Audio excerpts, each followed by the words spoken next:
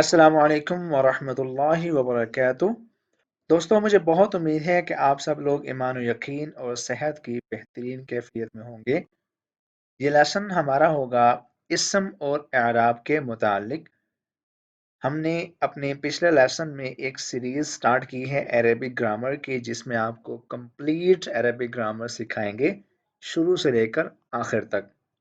पहला लेसन जो हमने देखा था उसमें हमने बुनियादी इस्तिलाहात जो ग्रामर में इस्तेमाल होती हैं उन तमाम इस्तिलाहात को ज़हन नशीन किया था और उनको नोट भी किया था।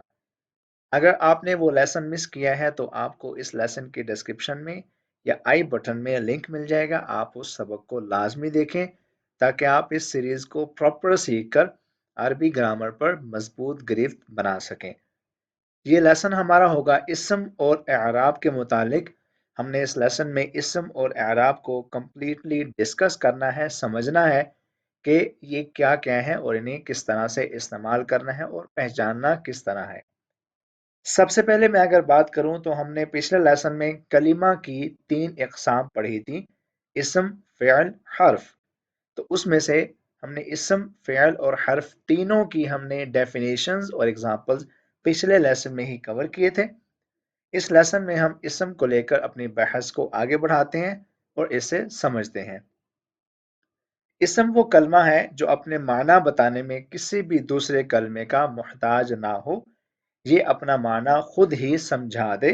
ठीक है, जैसे कि किताब, कमरा, होटल, बेडरूम, ये तमाम के तमाम इस्म हैं और ये अपने अपने माना खुद बता रहे हैं।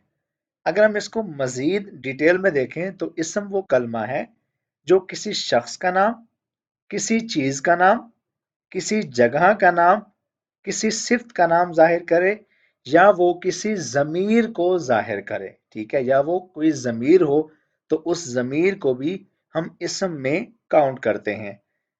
अब बारी बारी मैं आपको इन सब के एग्जाम्पल्स देता हूं ताकि आप इन्हें अच्छी तरह से जहन नशीन कर सकें और आप इन तमाम एग्जाम्पल्स को साथ साथ नोट भी करते रहें, कॉपी पे अपने नोट्स खुद भी आप बनाते रहें। किसी शख्स का नाम, मिसाल की बात है, मैंने लिखा यहाँ पर अपना नाम लिखा मैंने उज़ैर, ये भी एक शख्स का नाम है, आदमी का नाम है, तो इससे भी हम इसम में काउंट करेंगे। वेरी सिंपल, बहुत सादा सी बात है। कुर्सी जुन, ठीक है, कुर्सी जिस तरह कुर्सी है, कुर्सी भी चीज का नाम है, तो इसे भी हम इसम में काउंट करेंगे।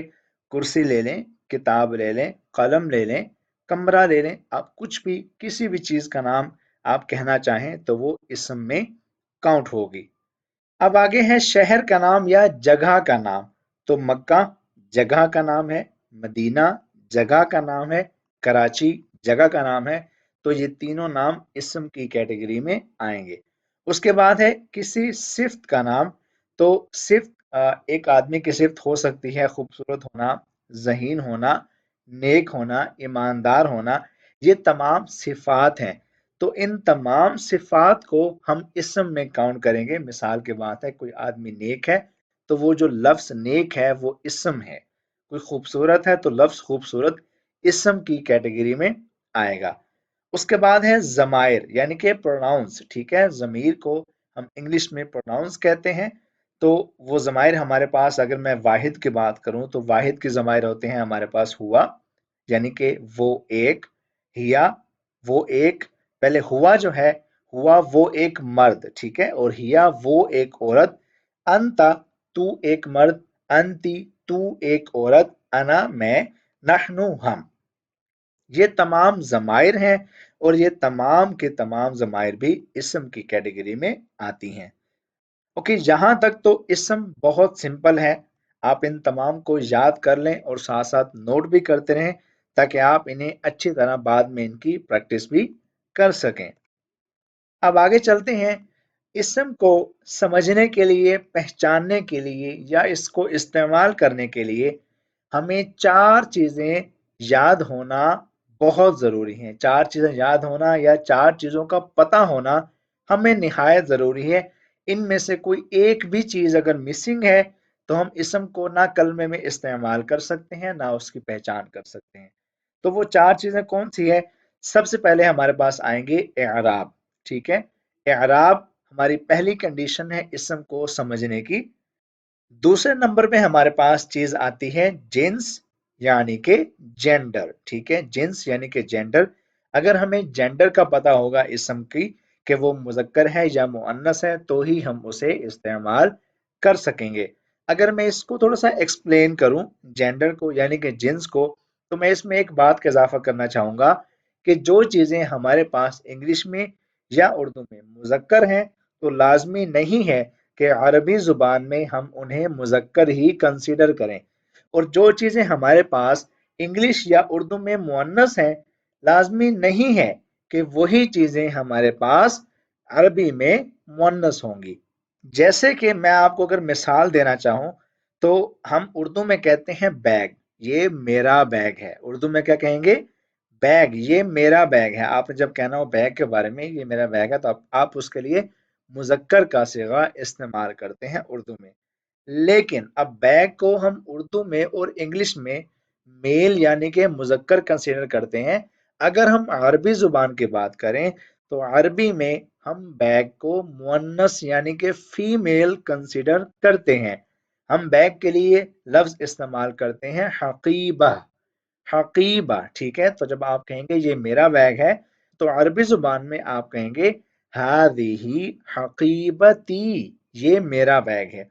तो ये चीज थोड़ी सी कंफ्यूज करने वाली जरूर है, लेकिन आपको इसका मैं डिटेल्ड में समझा दूंगा कि किस तरह से आपने लफ्ज को मुजक्कर या मुअन्नस इस्तेमाल करना है। आगे चल के हम उनको सीखते समझते रहेंगे। तीसरी चीज जो आपने जहन में रखनी है वो है आदद यानी कि नंबर। ठीक है, आदद यानी कि नंबर। इसम किस आदद में इस्तेमाल हो रहा है, वो वाहिद है, वो जमा है, या वो मुसन्ना है। ठीक है, वो वाहिद है, मुसन्ना है या जमा है। आपने इस लिहाज से इसम को इस्तेमाल करना होगा जुमला में। चौथी और आखिरी चीज जो है वो वसाअत है। वो इसम की वसाअत या इसम की कैपेसिटी है। अब इस वसाअत और कैपेसिटी में क्या चीज आती है कि वो इसम नकरा है या वो इसमें मारफा है। ठीक है, इसमें नकरा इंग्लिश में कहते हैं कॉमन नाउन को, और इसमें मारफा इंग्लिश में कहते हैं प्रॉपर नाउन को। ठीक है, वो इसमें मारफा है या इसमें नकरा है, आपने उस लिहाज से उसे जुमला में इस्तेमाल करना होता है। अब आगे चल के हम एराब की तरफ आते हैं। एराब को हम डिस्कस करते हैं, एराब को समझते हैं। मैंने पिछले लेक्चर में कहा था कि इसम के आखिरी हर्फ पर जो हरकत होती है उसे हम एराब कहते हैं। इसम के आखिरी हर्फ पर जो हरकत होती है उसे हम एराब कहते हैं। मिसाल के तौर पर लफ्ज मेरे पास है बैतुन। बैतुन ये बना कैसे? बा या जबर बई, ता दो पेश तुन, बैतुन। तो जो ता के ऊपर आखिर में दो पेश लगी हैं, ये दो पेश आती हैं एराब में। अब अगर हम देखना चाहें तो बा के ऊपर भी हरकत लगी है, या के ऊपर भी हरकत लगी है, बेशक वो साकिन है, और ता के ऊपर दो हरकत लगी हैं। लेकिन एराब की डेफिनेशन में जो हमने कंसीडर करनी है वो सिर्फ आखिरी हरफ के ऊपर हरकत जो लगी होगी उसे हम कंसीडर करेंगे, उसे हम एराब कहेंगे।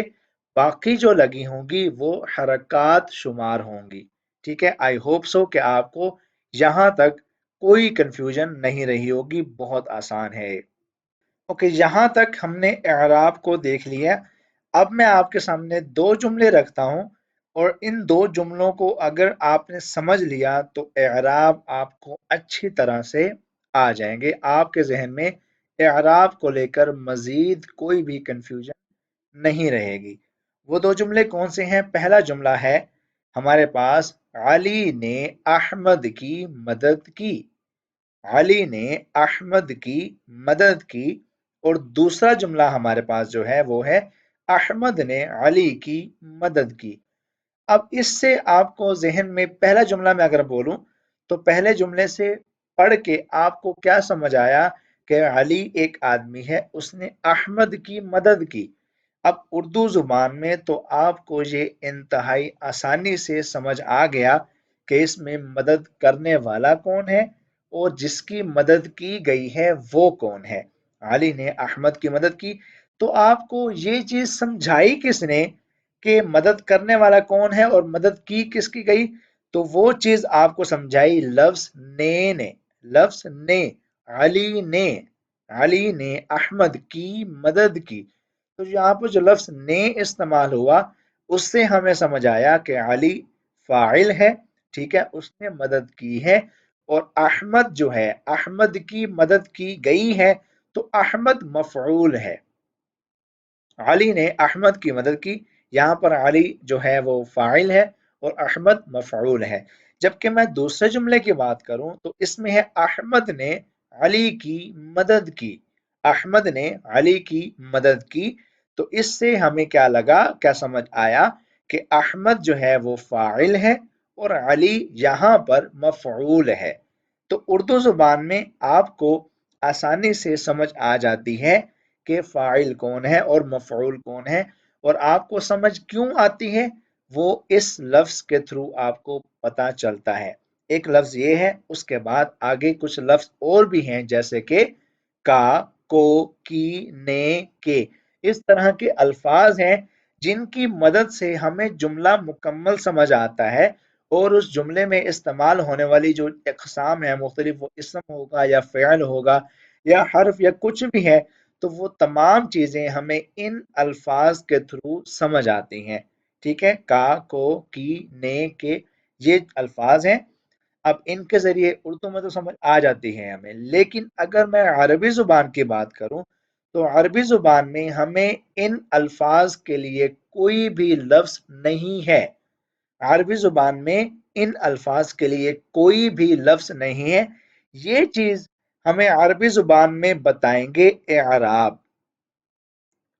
عربی زبان میں ہمیں کیسے پتہ چلے گا کہ یہ فاعل ہے اور یہ مفعول ہے، یہ ہمیں اعراب کی مدد سے لگے گا پتہ کہ یہ فاعل ہے اور یہ مفعول ہے. ٹھیک ہے، تو آپ نے یہ بات ذہن میں رکھنی ہے کہ فاعلی حالت